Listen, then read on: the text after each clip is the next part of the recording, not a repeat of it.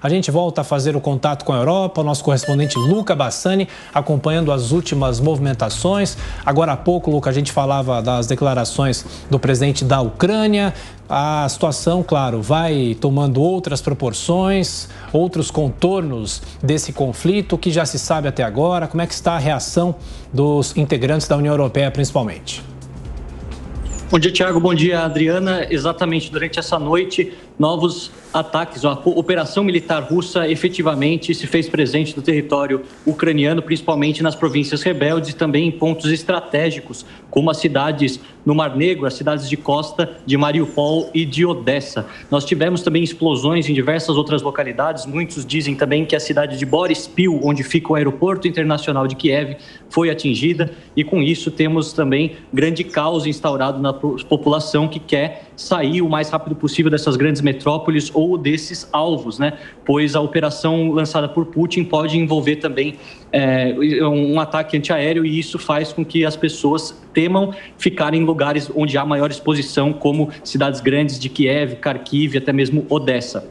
Nós temos, por parte do presidente Zelensky, uma declaração hoje de manhã, dizendo que a Ucrânia deve estar unida, que as pessoas devem ficar em casa assim que possível. A lei marcial foi decretada, como vocês bem disseram, e que também, caso as pessoas possam doar sangue ou doar mantimentos, ou até mesmo dinheiro da comunidade internacional, aí, obviamente, e armamentos, tudo será muito bem-vindo, já que a Ucrânia se prepara, eventualmente, para um conflito mais direto com a Rússia à medida que eles forem avançando o território. Os líderes europeus já anunciaram que ao longo desse dia vários pacotes de sanções serão anunciadas, principalmente a presidente da Comissão Europeia, Ursula von der Leyen, disse que é inaceitável a Rússia trazer a guerra de volta ao continente europeu após décadas de estabilidade e também de crescimento, e não aceitará esse ataque absurdo à democracia e à estabilidade europeia. Por isso mesmo, o bloco em conjunto anunciará um pacote de sanções que buscam minar a economia russa e principalmente impedir com que ela se modernize. Foi mais ou menos esse o tom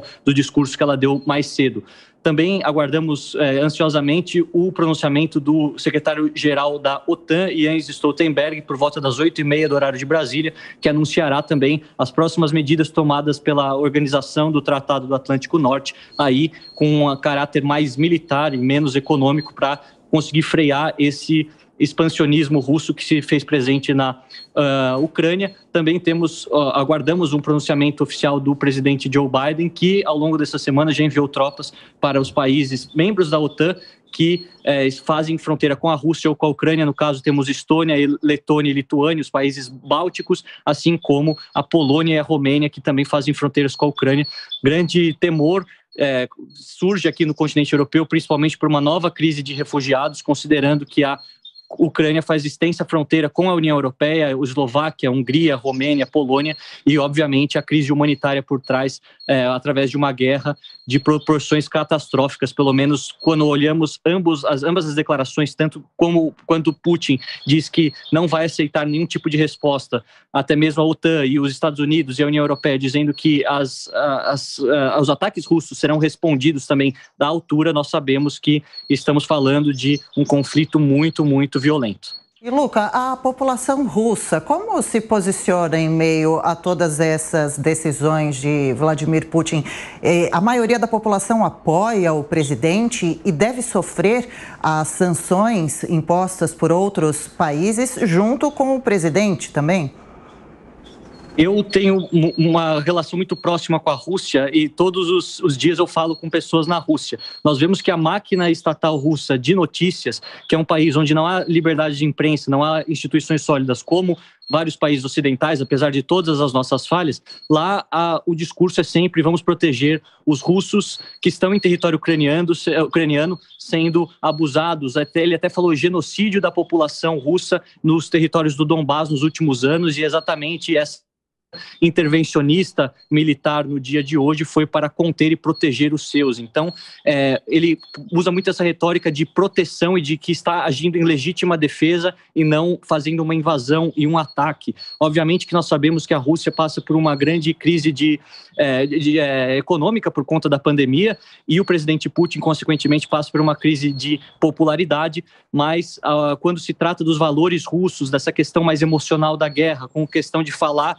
grosso com o resto do mundo, as pessoas acabam admirando Putin. Até ontem saiu pelos veículos americanos que cerca de 50% da população russa acredita que uma intervenção militar para evitar a entrada da Ucrânia na OTAN seja legítima. Então nós vemos, apesar das pessoas não concordarem com o Putin, a relação que elas mesmas têm com a Ucrânia, que é um povo irmão, um povo amigo do povo russo de tantos séculos, fazendo parte do Império Russo, da União Soviética, com a língua similar, com a cultura similar, com a religião similar. Então, muitos deles não entendem essa aproximação do Ocidente, obviamente que é um processo histórico longo que começa com o final da Guerra Fria, a queda do Muro de Berlim, o colapso da União Soviética em 91, e nós temos, obviamente, opiniões divergentes dentro da população russa, como em todos os países do mundo, mas por conta da falta de liberdade de imprensa, nós não temos acesso, ou pelo menos algumas pessoas lá dentro não têm acesso a todos os tipos de informação e acham sempre que as notícias dadas desses bombardeios, dessas explosões, são retóricas também do Ocidente, portanto, não devem ser acreditadas. Bom, Luca, eu peço para você continuar conosco. A gente vai fazer agora um rápido intervalo para a rede de rádios aqui da Jovem Pan, a Rede Jovem Pan, mas a gente continua conversando com o Luca e falando sobre, obviamente, essa crise que estamos vivendo para a TV Jovem Pan e também as nossas plataformas. Em instantes, o Luca volta agora, 7h10. Repita. 7h10.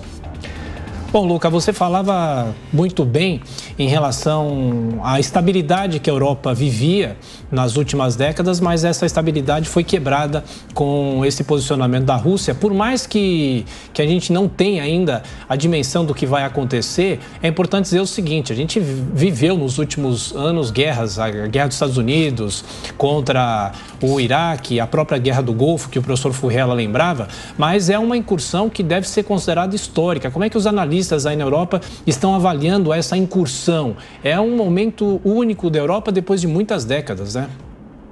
Exatamente, Tiago. Acho que desde a década de 90, quando nós tivemos as guerras de secessão dos Balcãs, também que foi muito sangrenta na Bósnia, Sérvia, Croácia, não temos um evento dessa magnitude. Obviamente, naquele contexto, não era tão preocupante quanto agora, porque temos a Rússia de maneira bastante incisiva entrando cada vez mais no território ucraniano e não dando nenhuma chance para o diálogo. Obviamente que também ontem nós vimos, quando o presidente Putin chamou todos os diplomatas de Kiev de volta para a Rússia, que ele havia já desistido da via diplomática e a via militar seria aquela unicamente tomada por ele.